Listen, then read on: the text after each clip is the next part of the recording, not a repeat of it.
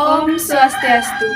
Baik, di sini kami akan mempresentasikan hasil pengamatan video kami dari mata kuliah Moderasi Beragama yang diampu oleh Ibu Dr. Kade Arya Primadewi, PF SAG MPD, dengan materi keberagaman yang ada di Indonesia. Baik, sebelum itu perkenalkan, nama saya I Gusti Ayu Sinta Tirta Mahoni, presensi 27 dengan rekan saya. Baik, perkenalkan, nama saya I Gusti Ayu Putri dengan presensi 12. Keberagaman di Indonesia. Indonesia merupakan negara kepulauan terbesar di dunia. Terdapat 34 provinsi dengan 17.508 pulau yang dihuni lebih dari 360 suku bangsa.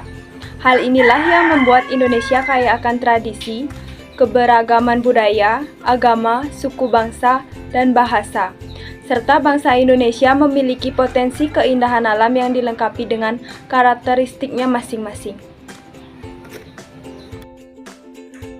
Baik, di sini saya akan menjelaskan agama yang ada di Indonesia. Indonesia sendiri memiliki 6 agama. Yang pertama yaitu agama Hindu. Agama Hindu merupakan agama tertua di dunia yang menganut konsep ketuhanan yang bersifat kompleks dan bergantung pada nurani setiap umatnya atau pada tradisi dan filsafat yang diikuti. Agama Hindu memiliki kitab suci yang bernama Weda. Yang kedua ada agama Buddha. Agama Buddha adalah suatu agama yang berdasarkan pada ajaran yang telah berusia 2540 tahun yang berasal dari anak benua India. Ajaran ini ditemukan dan diajarkan oleh Siddhartha Gautama setelah beliau mencapai pencerahan sempurna atau penyadaran penuh. Dan kemudian beliau dikenal dengan sebutan Sang Buddha. Saat ini sekitar 475 juta orang di seluruh dunia menganut agama ini. Agama ini memiliki kitab suci yang bernama Tripitaka. Selanjutnya ada agama Islam. Agama Islam adalah sebuah agama monoteisme Abrahamik yang berpusat terutama di sekitar Al-Quran, sebuah teks agama yang diimani oleh umat muslim sebagai kitab suci dan firman langsung diwahyukan kepada Muhammad, Nabi Islam yang utama dan terakhir. Selanjutnya ada agama Kristen Katolik. Agama ini meyakini Yesus Kristus adalah Tuhan dan Mesias, Sang Juru Selamat bagi umat manusia yang menebus dan membebaskan seluruh manusia dari belenggu dosa. Mereka beribadah di gereja dan kitab suci mereka adalah Alkitab yang di dalamnya ada Injil. Baik, yang selanjutnya ada Kristen Protestan.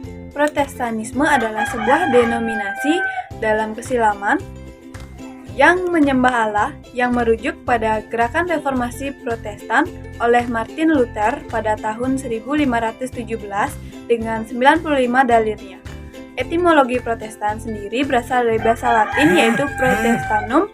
Pro berarti memihak, memilih atau kepada, dan testanum berarti perjanjian. Yang selanjutnya ada Konghucu. Agama Konghucu atau Kongjiao atau Rujiao adalah agama yang berasal dari negeri Tiongkok. Pada awal keberadaannya, agama Konghucu ini hanya dianut dalam kerajaan. Oleh karena jasa Nabi Kongzi atau Kongfuse atau Konghucu, maka rakyat jelata bisa mempelajari Konghucu di Tiongkok atau ceritanya Nabi Kongzi mengembara. Selanjutnya ada keberagaman suku dan bahasa di Indonesia. Suku bangsa adalah golongan sosial yang dibedakan dari golongan-golongan sosial lain yang memiliki karakteristik berdasarkan perbedaan budaya, asal-usul tempat, dan bahasa daerahnya. Selanjutnya ada keberagaman bahasa. Keberagaman bahasa adalah suatu kondisi di mana di dalam masyarakat terdapat banyak bahasa. Indonesia memiliki keberagaman bahasa karena setiap suku di Indonesia memiliki karakteristik dari daerah masing-masing. Selanjutnya di sini saya akan menjelaskan beberapa suku yang ada di Indonesia. Yang pertama yaitu suku Betawi. Suku Betawi menempati wilayah DKI Jakarta dan merupakan penduduk asli daerah tersebut. Bahasa yang digunakan adalah bahasa Betawi dengan dialek yang dipengaruhi oleh budaya. Yang kedua ada suku Bali.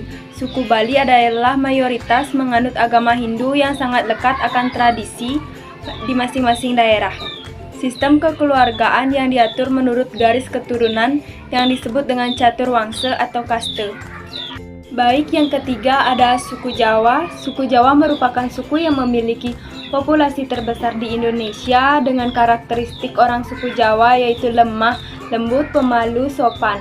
Suku Jawa biasanya identik dengan kain batik. Yang keempat ada suku Batak. Suku Batak merupakan suku yang mendiami wilayah Sumatera Utara, di mana suku Batak ini sangat menjunjung tinggi nama keluarga atau marga yang dipercaya sebagai silsilah keluarga. Baik, yang kelima ada suku Toraja. Suku Toraja adalah sebuah suku bangsa yang mendiami wilayah pegunungan bagian utara Sulawesi Selatan, di mana suku Toraja sangat populer akan ritual pemakaman, rumah adat tongkonan, dan ukiran kayunya. Ritual pemakaman suku Toraja merupakan peristiwa sosial yang penting, biasanya dihadiri oleh ratusan orang dan berlangsung selama beberapa hari. Yang keenam ada suku Ternate. Suku Ternate adalah suku yang mendiami wilayah Provinsi Maluku Utara, tempatnya di kota Ternate. Pada zaman dahulu, Ternate terkenal sampai ke Eropa sebagai daerah penghasil rempah-rempah. Yang ketujuh ada suku Sasak. Suku Sasak adalah satu di antara suku yang mendiami wilayah kawasan Nusa Tenggara Barat. Suku Sasak dikenal dengan nama berasal dari Sasak yang memiliki arti sampan. Sedangkan tradisi lisan yang terdapat di masyarakat mereka umumnya percaya bahwa kata Sasak berasal dari kata Sasak yang memiliki arti satu, sedangkan kata Lombok berasal dari kata Lombok yang memiliki arti lurus. Maka itu apabila digabung, kata tersebut akan mengandung arti suatu yang lurus. Yang kedelapan ada suku Asmat. Suku Asmat merupakan salah satu suku yang mendiami wilayah Papua. Suku Asmat memiliki rumah adat yang disebut dengan rumah Jew, serta memiliki tarian khas yang sangat populer yaitu tari Tobe. Baik, di sini saya akan melanjutkan pemaparan materi, yaitu bahasa-bahasa yang ada di Indonesia. Saya akan memaparkan beberapa bahasa daerah yang ada di Indonesia. Yang pertama yaitu bahasa Bali. Suku Bali biasanya menggunakan bahasa Indonesia dan bahasa Bali, yang dimana bahasa Bali sendiri terdiri dari dua tingkatan, yaitu yang pertama bahasa Age, yaitu bahasa Bali yang pengucapannya lebih kasar, dan yang kedua adalah bahasa Bali Majapahit, yaitu bahasa yang pengucapannya lebih halus. Bahasa Bali sendiri sebenarnya hampir mirip dengan bahasa Jawa. Kemiripan tersebut terlihat dari adanya tingkatan bahasa dalam percakapan sehari-hari atau anggah-ungguh bahasa. Yang selanjutnya ada bahasa Jawa. Suku Jawa biasanya menggunakan bahasa Jawa untuk berkomunikasi sehari-hari. Menariknya, bahasa Jawa ini mempunyai aturan intonasi dan kosakata berdasarkan relasi antara pembicara dan orang yang diajak berbicara, yang lebih dikenal dengan sebutan anggah-ungguh atau tingkatan berbahasa. Yang selanjutnya ada bahasa Betawi.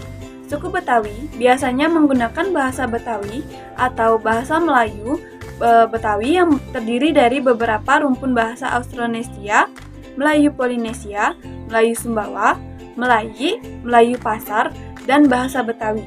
Serta terdapat 4 logat bahasa Betawi, yaitu yang pertama Betawi Pasir, yang kedua Betawi Tengah atau Kota, yang ketiga ada Betawi Pinggir, dan yang terakhir ada Betawi Udik. Baik, yang selanjutnya ada bahasa Toraja. Suku Toraja mempunyai bahasanya sendiri, yaitu disebut dengan bahasa Toraja, dan dialek Sakdan Toraja yang biasanya digunakan dalam kehidupan sehari-hari. Yang selanjutnya ada bahasa Ternate. Suku Ternate menggunakan bahasa yang dituturkan oleh etnis Ternate adalah bahasa Ternate yang merupakan sebuah bahasa dalam rumpun bahasa Halmahera Utara, sebuah bahasa yang dituturkan di daerah Pulau Ternate, Hiri, pesisir Halmahera Barat, Batang 2, sebagian Halmahera Selatan, yaitu Oha, Damar, Joronga. Tetapi mereka yang mendiami wilayah bagian Ternate Tengah dan Selatan, masyarakat di sana tidak menggunakan bahasa daerah Ternate, melainkan mereka menggunakan bahasa daerah Melayu Maluku Utara atau bahasa Pasar. Baik, yang selanjutnya adalah bahasa Sasak. Suku Sasak biasanya menggunakan bahasa Sasak yang disebut sebagai bahasa ibu yang dituturkan oleh masyarakat suku Sasak yang menjadi etnis mayoritas di Pulau Lombok. Bahasa ini berkerabat dekat dengan bahasa Bali dan bahasa Sumbawa yang dituturkan di pulau-pulau sekitar Lombok yang termasuk ke dalam rumpun bahasa Austronesia. Yang selanjutnya ada bahasa Batak. Suku Batak memiliki dua bahasa daerah, yakni bahasa Batak Toba dan bahasa Batak Mandailing.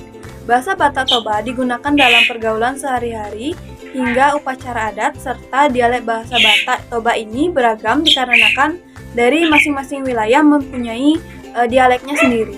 Yang kedua adalah bahasa Batak Mandailing, yaitu digunakan dalam komunikasi dan sehari-hari serta spiritual. Ciri khas dalam bahasa Mandailing yaitu makna kata, proses pembentukan kata hingga ragam pemakaiannya, serta intonasi yang mempengaruhi artinya. Yang selanjutnya ada bahasa Asmat. Dalam bahasa daerah suku Asmat, ada beberapa bahasa yang digunakan dalam kehidupan sehari-hari, tergantung letak geografisnya, seperti bahasa Asmat Sawah, Asmat Betsbuk, Asmat Savan atau Asmat Pantai, Asmat Sirat, dan Asmat Unir Sirau. Selanjutnya ada budaya dan alkulturasi budaya. Budaya merupakan cara hidup yang berkembang serta dimiliki bersama oleh kelompok orang dan diwariskan dari generasi ke generasi. Budaya terbentuk dari berbagai unsur yang rumit, termasuk sistem agama, politik, adat istiadat, perkakas, bahasa, bangunan, pakaian, serta karya seni budaya memengaruhi banyak aspek dalam kehidupan manusia. Seiring berjalannya waktu, budaya bersifat kompleks, abstrak, dan luas dalam peradaban manusia. Secara bahasa, alkulturasi adalah kata yang berasal dari bahasa Latin, yaitu alculturate, yang artinya berkembang dan tumbuh bersama. Alkulturasi bisa disebut sebagai usaha untuk berkembang dan tumbuh bersama-sama. Berawal dari perubahan individu lalu bergerak mempengaruhi suatu kelompok. Alkulturasi budaya ini terjadi antara dua budaya asing berbeda, kemudian bertemu dan menyatu menjadi serasi, menjadi perpaduan antara kebudayaan tersebut yang bisa melahirkan budaya baru. Walaupun terjadi alkulturasi dua budaya yang berbeda, namun hal itu tidak menyebabkan unsur-unsur budaya lama menjadi hilang. Unsur kebudayaan asli atau unsur yang lama tersebut akan tetap ada, jadi kita tidak perlu khawatir jika terjadi alkulturasi budaya.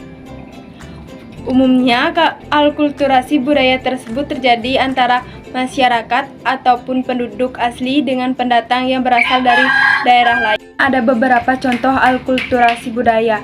Yang pertama itu ada Candi Borobudur. Candi Borobudur merupakan gabungan dari alkulturasi budaya, yakni gabungan dari budaya Hindu dan Buddha. Yang kedua ada Masjid Menara Kudus, di mana masjid tersebut merupakan gabungan alkulturasi budaya dari kebudayaan Hindu dan kebudayaan Islam. Baik, di sini saya akan menjelaskan tentang potensi alam yang ada di Indonesia. Indonesia merupakan negara maritim yang dimana 70%-nya adalah perairan dan dengan secara tidak langsung mayoritas masyarakatnya berprofesi sebagai nelayan. Tetapi, jika kita bisa meningkatkan potensi alam yang ada di Indonesia, kita bisa mengambil keuntungan lebih. Seperti contohnya membuka restoran di tepi pantai, membuat objek wisata laut ataupun wisata danau. Yang selanjutnya ada wisata pantai, sungai, dan pegunungan. Hal tersebut juga bisa meningkatkan sumber daya manusia atau membuka lapangan kerja sehingga dapat meningkatkan perekonomian masyarakat.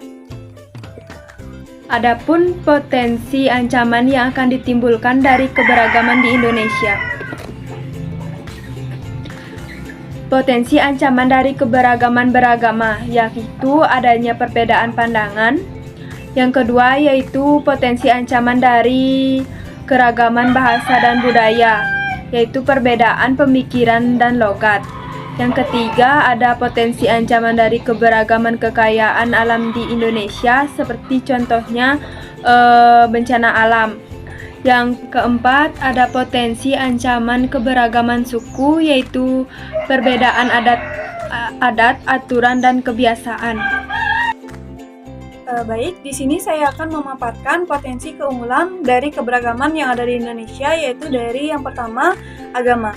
Dari agama, kita bisa menciptakan integritas nasional, tidak menganggap agama sendiri paling tinggi dan baik, lalu menerima keberagaman agama, suku, bangsa, menerapkan sikap toleransi dan budaya sebagai kekayaan bangsa dan yang tak ternilai harganya.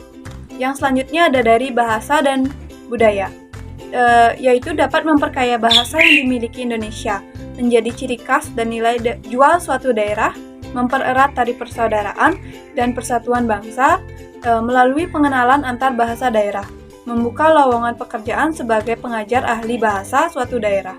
Yang selanjutnya dari suku, sebagai identitas di mata internasional, memupuk sikap toleransi, menumbuhkan sikap nasionalisme, serta menjadikan perbedaan sebagai alat pemersatu bangsa, sebagai pemerkokoh rasa persatuan serta kesatuan antar masyarakat. Yang terakhir yaitu dari kekayaan alam, yaitu dari bisa meningkatkan potensi pariwisata sebagai sumber mata pencarian dan pendapatan, sebagai sumber daya yang bisa memajukan bangsa Indonesia. Lalu, keberagaman dan kekayaan alam bangsa Indonesia ini bisa diolah sedemikian rupa sehingga mendatangkan keuntungan ekonomi bagi bangsa Indonesia.